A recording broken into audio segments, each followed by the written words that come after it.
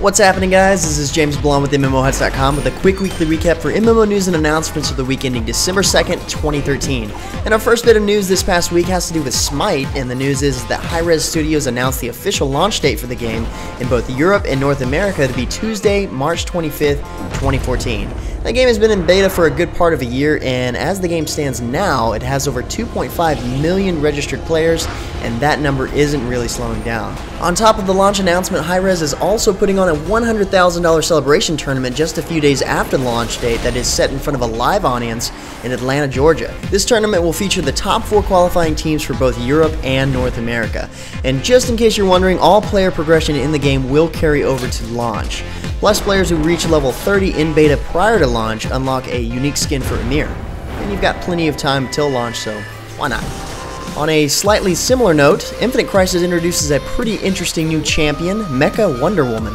This new champion comes in as a ranged support hybrid whose ultimate, Tempest, channels a cone of power missiles that look like something from an Iron Man movie. What's nice is that she's got a nice escape like other ranged champions, but hers leaves a nice trail of scorched earth behind that deals damage to enemies who cross it. And like most of the alternate universe champions, she's got a pretty sweet backstory worth reading up on. Next up, it looks like Path of Exile is doing pretty well post-launch. The game has now been officially released for about a month now, gaining 1.5 million unique players following the end of its open beta. It's also made it in the top 5 most popular free-to-play games on Steam.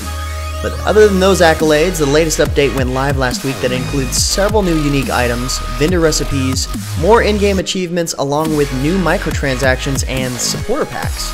And although they're up there in price, the supporter packs have funded a significant portion of the game's development, contributing to content and server costs throughout closed and open betas. Check the link in the description below for more details. I know a few people who have these crazy cosmetic items from the supporter packs. They look incredible and really make the character stand out, so they're definitely worth looking into. The EverQuest Next team put together a new time-lapse video showing just how in-game structures are derived from artwork in not only EverQuest Next Landmark, but EverQuest Next respectively. They've released several nice-looking time-lapse videos so far, like this one here showing off the construction of an elaborate house, and that you can basically build anything you want. But this one really shows off how detailed the elements within the game's engines really is, and thinking about that in the hands of players just gives me a warm feeling inside.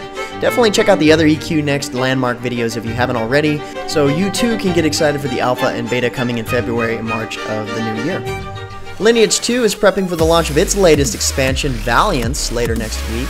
This particular expansion has quite a bit for players to look forward to, whether it's the rework of the Hellbound area, which now features new hunting grounds within it to explore, new quests to complete, and new evils to vanquish, or the returning of several bosses completely reworked. This new expansion also features drastic changes made to skills and abilities, where skills have been modified completely and over 25 new skills have been added, and players can now distribute points in an ability tree. Selecting abilities may not only make their characters stronger, but also allow players to fine-tune their playstyles and make them completely stand out from other players. It's crazy seeing older games with elaborate changes and updates or expansions, but this one looks like it's offering a lot of satisfying features. The Valiance expansion is expected to release on December 11th. It's only a few days from the launch of Neverwinter Module 2, and we've just got a tad bit more information on the new system implemented that allows players to keep track of the loot they've obtained and show them what they're still missing. This new collection system also tracks companion collection, artifacts, and zone rewards. So for all you inner completionist MMORPG players out there, prepare yourselves beforehand. Shadow Mantle will be live on December 5th. Also last week, Webzen released a 4th expansion for Contintent of the 9th Seal. This expansion features a server-wide character rebalance aimed to make the game even more action-packed than ever before. The skill damage for most classes will be updated, as well as the monster difficulty. This 4th expansion will continue into 2 more installments in the months to come, which include announcements of a new basic class as well as an addition of a new advanced class. This update and updates to come should offer a decent amount of change, so check the link in the description below for more details, and keep an eye out for more information about the following updates as they become available. Hero of the Obelisk, the latest free-to-play hack-and-slash MMO as they call it, made its way into open beta just in time for Thanksgiving last week. The developers plan for launching a series of events full of free items to go along with the transition, including the Flag of Recognition, which entails a 15-day consecutive login starting from November 30th to December 14th. pretty sure the flag is extra special because it's extra hard to get. More news about Aura Kingdom this past week, which seems to be a nice fan favorite right now. Details about a launch plan have arrived, and Aura Kingdom is set to have 4 beta phases. The Founders Beta, which, as the title implies, is for players who purchase a Founders Pack. That beta begins December 16th. The other betas don't exactly have a date, but according to their announcement, the closed beta begins soon after the Founders Beta, followed by the stress test, and finally the open beta.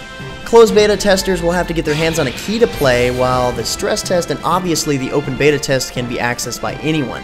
I've got a feeling that those dates will show within the next 2 weeks or so hold tight a little bit longer.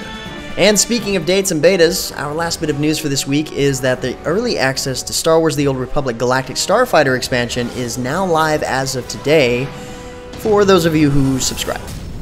Along with access, subscribers get several exclusive items and paint options along with suits and titles. Preferred early access and free-to-play access begins on January 14th and February 4th respectively. Now, this seems to be a pretty kick-ass expansion, so if you haven't already, be sure to check out the details over at MMOHuts.com. Anyway guys, that's about it for this week's MMO news and announcements. Like always, if you're looking for more news or information about the news featured in this recap, check the links in the description below. Otherwise, head over to MMOHuts.com/news. Feel free to discuss the news in the comments below or head over to MMOHuts.com/forums. But until next time guys, that's going to be it for me. I'm James Blonde. See you out there, gamers.